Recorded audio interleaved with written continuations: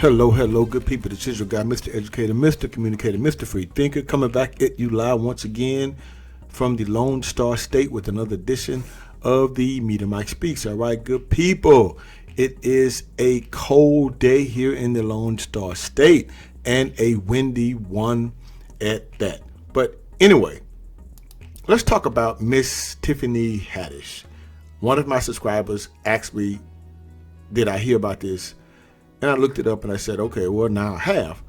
So she has been arrested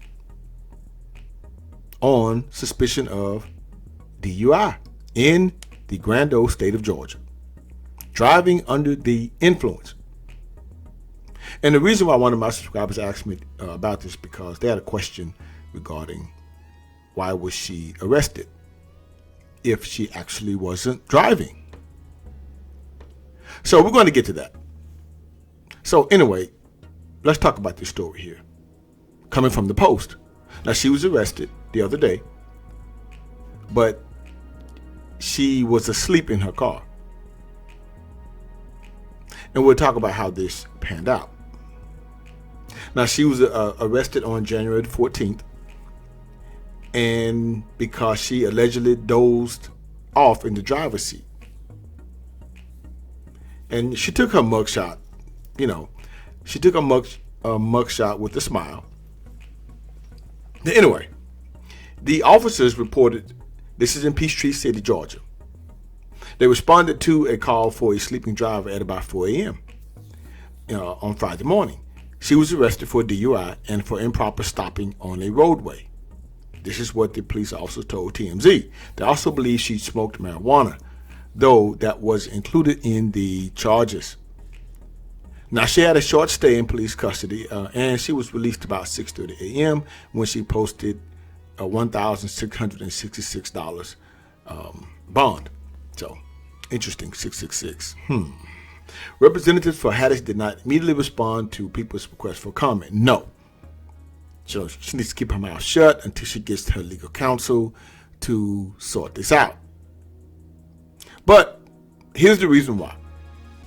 According to Ms. Haddish, she says she's experienced a difficult last few weeks with 4 deaths in her personal life. Her grandmother, who raised her, and close friends, Bob Saget and Carl Craig. And I don't know who Carl Craig is, but I do remember Bob Saget from the episode of Full House, which I rarely did watch. But I'm pretty sure at the time it was pretty good for that time period.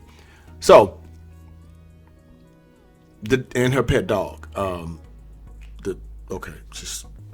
We all know from a biblical standpoint that death comes in threes, but this was 4, and if you want to include the dog, but I guess she has a very personal relationship. She had one with the dog, which a lot of people do. So anyway,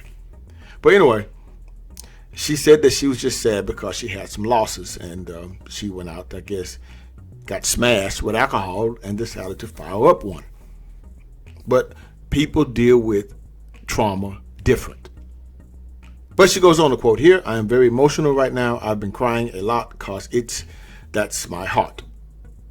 My dog was my heart. And the other people who passed, they were my rocks. They had my back. I mean, they taught me a lot. So I lost the physical, but I'm sure I got them in the spiritual, unquote. Okay. I mean, hey. People, as I stated earlier, people mourn in different ways and they act out in different ways. Now, I don't know if I'd actually get behind the wheel of an automobile because, see, this is where things can get really, really, really traumatic and dangerous because I understand your mourning, but to get behind the wheel of an automobile, you put other people's lives in danger. Now, also, according to the article, I think she pulled over into someone else's yard. And then that's when they called the police. And they found her slumped over, asleep. Now, here's a good question. Can you get a DUI if you was not driving? Good people, we all know in every state, just in case you did not know, in every state, it is illegal to drive while under the influence of alcohol or drugs. Now, in states where you don't have to actually drive to be convicted of DUI, the prosecution still must prove beyond a reasonable doubt that you are operating or in physical control of a vehicle. Well, she was, because she pulled in somebody else's driveway. So they actually did somewhat see that, most likely call the police. Now, with this approach, the judge or jury will consider all relevant factors, which often include where the car was, well, in this case, in someone else's yard, I would say, where the driver was, in the front seat, in the driver's seat, sleep, where the keys were, most likely in the ignition, whether the car's engine was running, most likely it was, and whether the driver was awake or asleep. She was asleep. So the keys are very important. They cannot be in that ignition, and I'm pretty sure they were. Doesn't matter if the car was on or off. Most states say if the keys in the ignition, that's a DUI, or some states call it a DWI. So I'm pretty sure this will be taken care of with Ms. Haddish. I just hope that she can deal with her trauma a little bit in a better way, because she did come from somewhat humble and hard beginnings. I don't really care for her as a stand-up comedian, but I do think she is a far better actress in more serious roles than her comedic side.